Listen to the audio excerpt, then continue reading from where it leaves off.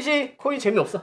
아, 그렇죠. 요즘 다 떨어지고 있어가지고 좀 재미없게 되고 있긴 해요. 그래서 보름 만에 우르르 예금으로 몰려갔습니다. 네네. 야, 저점인가?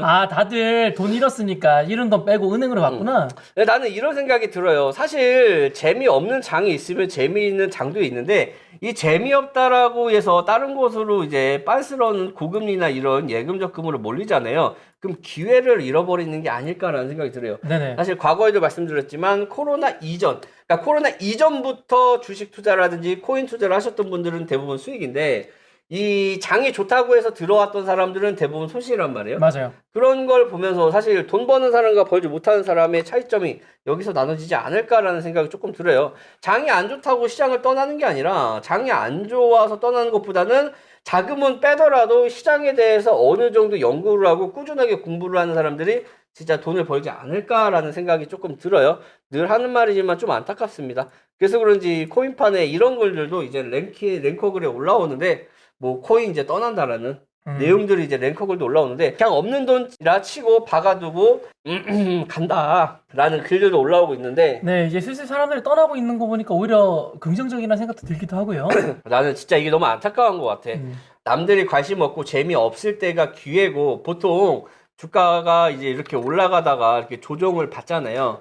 그러면 사실 떠나는 사람들은 이 시장에 대한 믿음이 없어서 그렇거든요. 맞아요. 시장에 대한 믿음이 없다라는 거는 뭐냐면은 그냥 도박성으로 이 시장에 들어왔다는 거예요. 그러니까 내가 공부를 통해서 왜 주식에 투자해야 되고 왜 재테크를 해야 되고 왜 우리가 금, 채권, 암호화폐를 투자해야 되는지에 대해서 기본적인 그 가이드 그리고 내가 공부한 그 직접 수준이 낮기 때문에 떠나지 않을까라는 생각이 들어요. 오히려 이 주식시장이라든지 아니면 코인 시장에 오래 계셨던 분들은 조정받으면 이제 내가 왜 여기다 투자해야 되는지 명확한 이유가 있기 때문에 싸네? 아, 더 사야 되나? 그쵸, 그쵸. 라는 생각들을 하는데 일반 이제 투자자분들은 그런 생각들은 하면 못 하죠. 그러니까 돈만 벌려고 목적 없이 돈만 벌려고 들어왔기 때문에 돈이 안 벌리니까 그냥 나가고 또 이제 고점 들어와서 남들이 돈 벌었다라고 생각하고 또 들어와서 돈 날리고 나가고 이런 게 반복이지 않을까라는 생각이 듭니다. 그래서 이 빈부격차가 사실 빈부격차가 어떤 정책이라든지 어떤 것 때문에 생기는 것보다는 이 투자하는 마인드에서부터 달라서 빈부격차가 생기지 않을까라는 생각이 들어요. 요즘에 나오는 빈부격차는 사실 기존에 주식을 갖고 있었느냐, 뭐 자산을 갖고 있었느냐, 갖고 있지 않았느냐의 차이에 따라서 이제 1, 2년 동안 빈부격차가 굉장히 심해졌잖아요. 맞아요. 그렇기 때문에 우리도 잘 생각해 봐야 되는 게 지금 주식도 많이 빠지고 있고 코인도 많이 빠지고 있을 때 지금 단기적으로 예금 적금에 우리가 몰려가야 되느냐 아니면 현금을 보유하고 있는 상태에서 시장을 공부하고 시장에 대한 흐름을 파악해야 되느냐라는 두 가지의 길로에 서 있을 거라고 생각이 듭니다. 그랬을 때 나는 어떤 선택을 하는 게 맞을까? 라는 생각이 좀 드네요. 아지님은 어떻게 했으면 좋겠어요? 투자하는 게 맞다고 생각이 드는 네네. 이유가 최근에 이제 친구를 만나고 갔는데 친구가 이번에 이제 9급 공무원이 되는데 네네. 처음에 이제 공무원이 되자마자 이제 바로 위에 분한테 물어봤던 첫 질문이 네네. 너는 투자하니라고 물어봤습니다. 네네. 요즘 대부분의 이제 공무원들도 본인이 받고 있는 월급 대비해서 그것보다 이제 부동산이라든지 증시든지 이제 올라가다 보니까 대부분 이제 투자를 시작했는데 네네. 이렇게 조금 떨어진다고 투자를 멈추게 되면 다시 이제 장이 출발하면 또 남들보다 더 뒤처지게 되니까 투자하는 게 맞다라고 생각이 들더라고요. 사실 투자를 통해서 돈을 버시는 분들의 대부분은 준비를 했던 사람들이 버는 거지 끝물에 들어온 사람들이 버는 게 아니에요. 맞아요. 그래서 뭐 항상 말하지만 거래대금이 엄청나게 찍히고 일반 투자자들이 많이 몰리고 누구나 다 돈을 벌 수 있는 그런 장이다. 그런 사람들이 이제 끝물에 들어오죠. 그리고 불장에 들어오죠. 근데 그분들은 결국은 돈을 그렇게 크게 벌지 못합니다. 그래서 진짜 돈 버는 사람들은 재미가 없을 때도 시장에 대한 연구를 하고 공부를 통해서 돈을 버는 거다라는 말씀을 좀 드리고 싶고, 뭐 떠날 사람들은 다 떠날 거고, 뭐 예금 적금으로 가실 분들은 가시고, 뭐 주식으로 가실 분들, 뭐 부동산으로 가실 분들 다 떠나셔도 상관이 없는데 중요한 건 뭐냐면 1, 2년 후에는 그들과 우리의 경제적 그 자산 가치가 엄청나게 차이가 날 거다라는 생각이 조금 드네요. 네, 맞습니다. 항상 위기가 왔을 때 우리에겐 기회가 돼야 되는데 위기가 왔을 때 그들은 떠나죠. 이게 너무 안타깝습니다. 방송을 통해서 진짜 많이 말씀을 드렸음에도 불구하고 너무 안타까운 것 같아요. 기회는 준비된 사람들에게 온다라는 얘기들이 많이 있잖아요. 그죠. 근데 본인들은 항상 준비가 되어 있다라고 얘기하지만 행동들은 준비를 안 하고 있죠. 그래서 기회도 내가 준비가 되어 있어야 이게 기회인지 알 수 있지, 사실 내가 준비가 안 되어 있으면 이게 기회인지 잘 모르거든요. 그래서 투자할 때 제발 장이 좋건 안 좋건 우리가 2년을 기다리던 3년을 기다리던 뭐 시장의 흐름을 보면서 열심히 연구했을 때 단 한 번에 그 2, 3년 후에 그 단 한 번의 기회가 우리에게 경제적 자유를 가져다 주는 건데, 그 모든 자산은 주기적으로 우상승하죠. 그쵸, 하지만 올라가죠. 이 기준이 거의 5년에서 10년 정도 걸려요. 음. 이 5년, 10년을 버티지 못하면 사실 경제적 자유는 누릴 수 없다라고 저는 개인적으로 생각을 합니다. 시대 흐름에 맞춰서 움직이는 게 맞지 않을까라는 생각이 들고요. 그리고 야야야, 네 사기당한 머지 플러스 구속당했다 야. 네, 머지 포인트가 이제 멀리 갔습니다. 네, 수십억을 탕진했대요. 다 썼대. 이제 환불 대란이 열심히 이루어졌지만 다 탕진했고요. 그 남매는 구속됐고요. 제 돈 이제 60만 원은 갔습니다. 제가 그 60만 원아 그 저쪽 남매가 잘 썼나 보다. 근데 이 사람들이 해독 주스로 유명세를 탔고 해독 주스로 돈도 많이 벌었었잖아요. 근데 또 한 번의 한탕을 노리기 위해서 머지 포인트를 했다가 자기들 피해자들은 돈도 못 받고 있는데 지금 한 700억 정도 된다고 얘기하더라고요. 근데 사실 얘들이 이 돈이 없을까? 있습니다. 왜 안 줘? 안 주는 게 당연하죠. 그렇죠. 이미 자기 횟수가 안 수중으로 되니까. 들어왔으니까. 네, 그렇죠.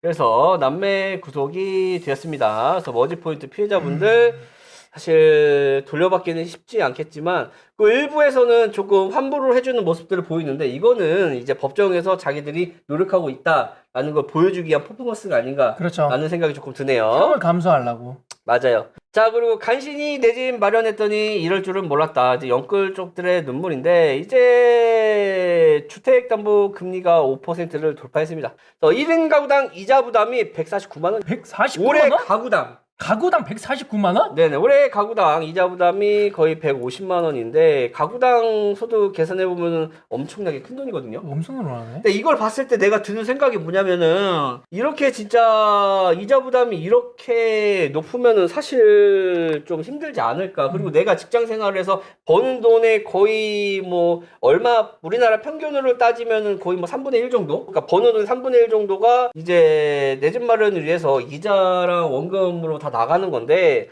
사실 그렇게 살았을 때 내 인생이 행복할까라는 거는 이제 과거에도 많이 말씀을 드렸지만, 사실 저는 이런 거는 비추하죠. 그래서 과거에도 말씀드렸던 것처럼 차라리 다른 방법으로 갔을 때 조금 더 유리했을 텐데, 아무튼 이제 올해 또 이제 그러니까 부동산에 자금이 많이 몰리면서 빚도 하셨던 분들, 또 이제 주택이나 이런 것들 가계부채를 잡기 위해서 금리가 인상되면서 이제 5%대 이거 더 올라가겠죠. 나중에는 더 올라갈 건데, 이자 갚다가 사실 여기서 이제 문제가 뭐냐면, 많은 사람들이 이제 빚을 내서 부동산을 사고 빚을 내서 주식을 샀잖아요. 그쵸. 근데 내가 일정 수준의 소득이 있으니까 이게 유지가 가능하거든요. 근데 이것도 지금 목에 턱걸이처럼 사는 거잖아요. 그러니까 이자 내고 뭐 내고 내 자식들 뭐 생활비 내고 집 생활비 하면은 진짜 뭐 저축이나 이런 거 못하고 그냥 턱걸이를 사는데, 만약에 여기서 경제위기 한번 딱 오잖아요. 실직되잖아요.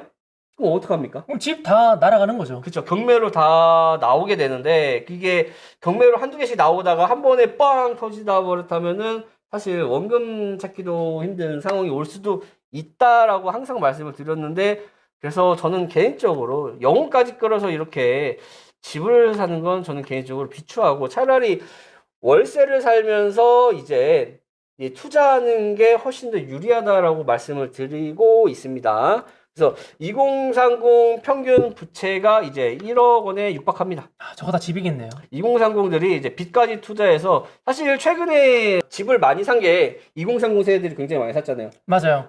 이제 패닉 바잉이라고 해가지고 이제 계속 가격이 올라가다 보니까 지금이라도 사지 않으면 늦어버리겠다라는 그 생각에 모두 다 패닉 바잉으로 엄청나게 사버리죠. 자, 그래서 이런 것들 조금 안타깝게 생각이 드네요. 자, 그리고 이제 가구당 자산을 보면은 이제 부동산 가격이 그래도 올랐기 때문에 가구당 자산은 좀 올랐습니다. 그래서 2021년 대비 조금 작년 대비해서 많이 올랐고요. 그 다음에 가구당 소득을 보면은 소득도 뭐 이제 조금 올랐습니다. 2019년도에 비해서 조금 올랐고, 그리고 보시면 가계 부채 또한 같이 올랐습니다. 다 늘어나네. 그러니까 소득도 늘고 자산도 늘었는데, 이제 가계부채가 늘었다는 것은 빚을 내서 이제 부동산을 샀고, 그 부동산 가격이 올랐다는 거죠. 그쵸. 빚을 내서 부동산을 써도 이게 자산으로 측정되기 때문에 그러지 않을까라는 생각이 듭니다. 그래서 월급 올라간 것보다는 사실 부채가 더 많이 좀 올라간 게 현실이지 않을까라는 생각이 드네요.